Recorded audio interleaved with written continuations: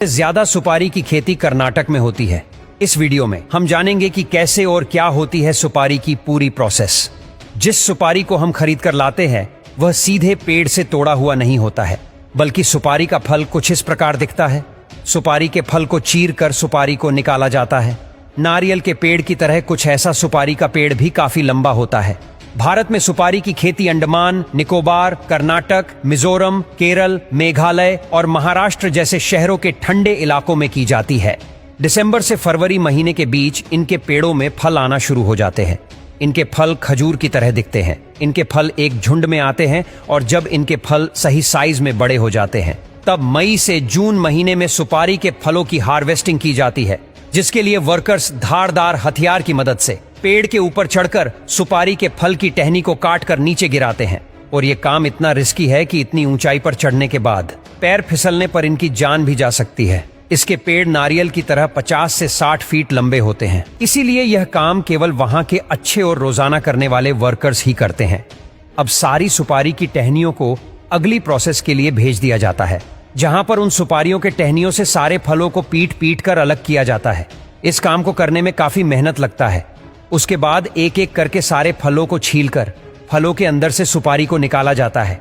यह काम काफी जोखिम भरा होता है, क्योंकि एक छोटी सी गलती इनके हाथ काट सकती है। इसीलिए यह वर्कर्स हाथ में चमड़े के ग्लव्स को पहनकर इस काम को कहते हैं, ताकि सुपारी के फल को छीलते समय इनके हाथ कटे नहीं। यहाँ पर लगभग 100 से भी ज्यादा वर्कर्स काम को करते हैं। कहा जाता है कि इनके पूर्वज भी इसी काम को करते आए हैं। यहाँ तक कि इनके बच्चे भी इस काम को बड़ी तेजी से कर लेते हैं। लेकिन अभी इन फलों से निकाली ये सुपारी की स्वाद कड़वी होती है, इसलिए अब इन सुपारियों के कड़वेपन को हटाने के लिए एक बड़े से भट्टे में सारी सुपारियां कत्थे के पानी में उबाली जाती है।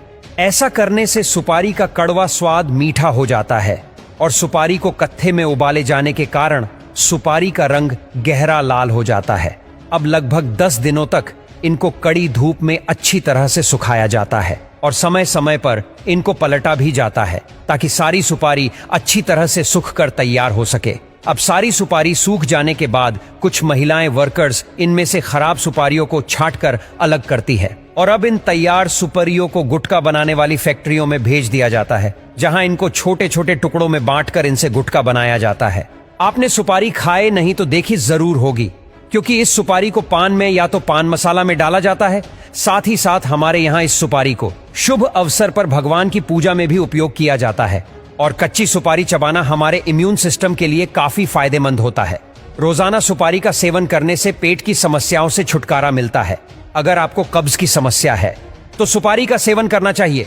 इससे पाचन तंत्र मजबूत होता है और रोजाना 1 से 2 टुकड़ा सुपारी चबाने से शरीर के टॉक्सिन बाहर निकलते हैं और साथ ही कब्ज से भी राहत मिलता है। लेकिन शायद आपको भी पता नहीं होगा कि ये सुपारी कैसे बनती है। एक पेड़ से करीब 2 से 3 किलो सुपारी निकलती है। 1 एकड़ जमीन पर 600 के आसपास पेड़ लगते हैं। इससे करीब 4 क्विंटल सुपारी का उत्पादन होता है। इसे बाजार के हिसाब से 5 लाख तक का उत्पादन लिया जा सकता है। दरअसल बाजार में सुपारी 300 से लेकर 400 रुपये प्रति किलो के हिसाब से बेची जाती है।